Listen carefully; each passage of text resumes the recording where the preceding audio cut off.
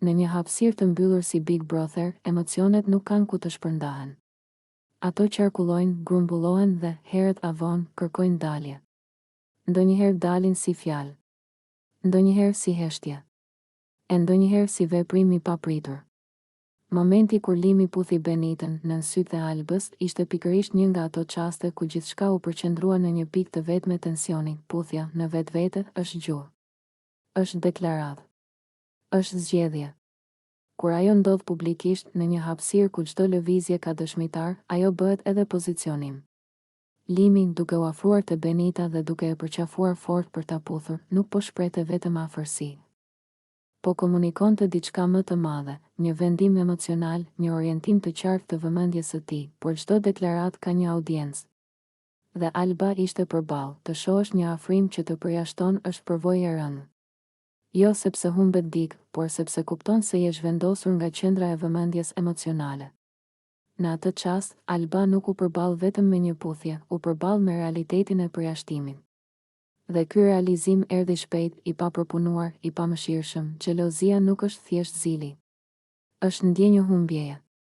Është frikë nga zëvendësimi. Është goditje e egos dhe e ndjenjës së sigurisë. Kur Alba e pa skenën përballë saj, diçka brenda saj u ngjesh. Nuk pati kohë për reflektim. Vetëm për reagim, reagimi i saj erdhi impulsiv, një shapke e marrë aty pranë dhe e hedhur drejt tyre. Një veprim i vogël, por simbolikisht i madh. Nuk ishte dhunë e planifikuar, ishte shenjë e një shpirti të tronditur. Ishte mënyra e saj për të thënë, më dhem, po më shkelni kufirin, po më përjashtoni. Në këtë pikë, shtëpia nuk pa më një histori romantike.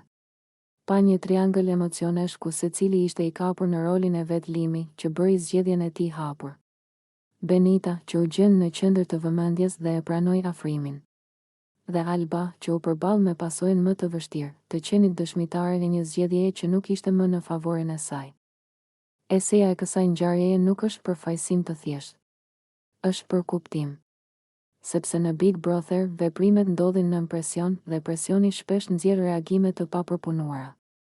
Alba nuk reagoi me fjalë të menduara, por me një gest të shpejtë, një shenjë se emocionet e saj kishin kaluar pragun e përballueshmërisë. Nga ana tjetër, puthja e Limit me Benitën ngre pyetjen e përgjegjësisë emocionale. A ka detyrim dikush të marrë parasysh ndjenjat e të tjerëve kur bën zgjedhjen e vet? Në një lojë, përgjigjja duket e thjeshtë, jo. Por në një bashkëjetesë, përgjigjja bëhet më e ndërlikuar.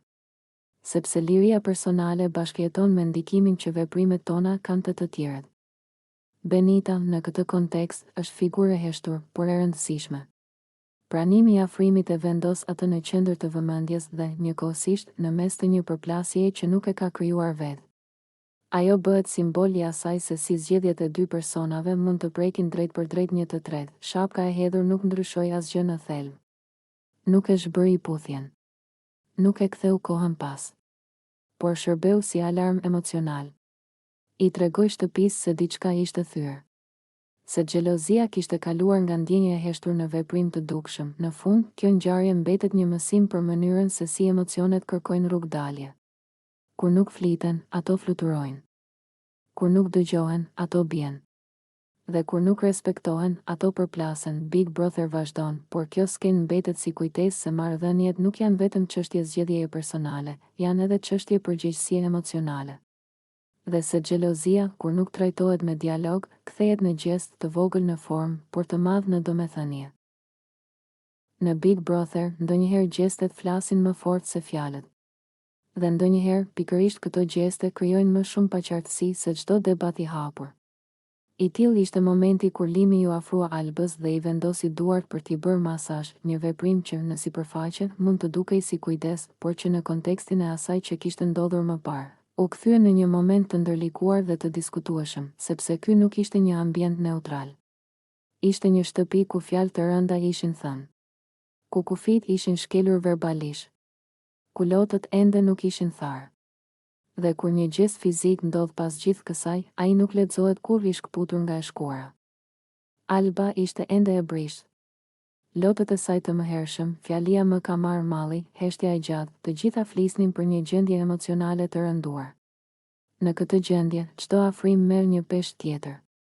Çdo prekje interpretohet ndryshe.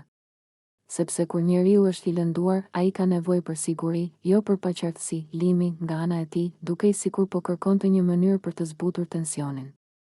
Jo me fjalë, sepse fjalët e tij kishin dështuar më parë, por me një gjest. Vendosja e duarve për masazh mund të shihet si tentativë për t'u afruar, për të treguar kujdes, për të ulur murin që ishte ngritur mes tyre, por këtu lind pyetja thelbësore. A ishte ky gjest i kërkuar? A ishte i mirëpritur? A ishte i qartë? Në marrëdhëniet njerëzore, sidomos në një ambient kaq të ngarkuar, qëllimi nuk mjafton. Ajo që ka rëndësi është perceptimi i tjetrit. Dhe Alba, në atë moment, nuk ishte në pozitë force. Ajo ishte në një gjendje ku kufit duheshin respektuar më shumë se kur. Masazhi, si akt, zakonisht lidhet me qetësi, besim, rehati. Por besimi nuk ndërtohet në vakum. Ai ndërtohet mbi respekt të vazhdueshëm. Dhe kur respekti është lëkundur, edhe një gjest i butë mund të ndihet i rëndë. Shtëpia reagoi me heshtje. Një heshtje që nuk ishte qetësi, por vëzhgim. Banorët e tjerë ndjenë se diçka nuk ishte e thjeshtë. Sepse ky nuk ishte një moment romantik. Nuk ishte as shaka. Ishte një situatë gri, ku kufiri mes kujdesit dhe shkeljes së hapësirës personale ishte shumë i hollë. Alba nuk reagoi menjëherë. Dhe kjo, për shumë kënd, ishte treguesi ngarkesës së saj emocionale. Sepse kur je i lodhur nga konfliktet, ndonjëherë nuk ke energji as të thuash po, as të thuash jo. Dhe pikërisht këtu qëndron rreziku. Heshtja nuk është gjithmonë pëlqim. Limi, në atë moment, mund të ketë menduar se po bënte gjën e duhur. Se po e zbute situatën. Se po tregonte një anë më të qetë të vetes. Por në Big Brother, çdo veprim shihet, analizohet dhe kontekstualizohet. Dhe publiku nuk e pa këtë gjest si të izoluar. Shumë shikues e pan si kontrast të fortë me sjelljen e mëparshme të Limit. Nga fjalë të rënda, në afrim fizik, një kalim i shpejt që ngre dyshime. Sepse pajtimi nuk bëhet me prekje, por me përgjegjësi. Me reflektim. Me kërkim faljeje të sinqertë. Ky moment hapi një debat më të gjerë. A mund të përdoret afërsia fizike për të zbutur fajin? A janë gratë gjithmonë në pozitë të barabartë për të refuzuar në një ambient të mbyllur si Big Brother? Ku mbaron kujdesi dhe ku fillon shkelja e kufive? Alba, në këtë histori, mbetet figura qendrore jo sepse reagoi fort, por sepse nuk reagoi fare. Dhe kjo heshtje e saj ishte më e fortë se çdo debat. Ishte një heshtje që kërkonte respekt. Qartësi. Distancë të shëndetshme. Limi, nga ana tjetër, u përball me pasojat e paqartësisë së vet, sepse në Big Brother nuk mjafton të thuash nuk kisha qëllim të keq. Qëllimi duhet të shoqërohet me ndërgjegje. Në fund, ky moment nuk është për masazhin. Është për kufit. Për faktin se kur emocionet janë të lënduara, çdo gjest duhet të jetë i qartë, i kërkuar dhe i respektueshëm. Sepse ndryshe, edhe ajo që duket e butë mund të lëndojë. Big Brother vazhdon. Por ky episod mbetet si një pikë reflektimi. Se afërsia nuk imponohet. Se respekti nuk kompensohet me prekje. Dhe se në çdo marrëdhënie, edhe në lojë, pëlqimi dhe qartësia janë themeli.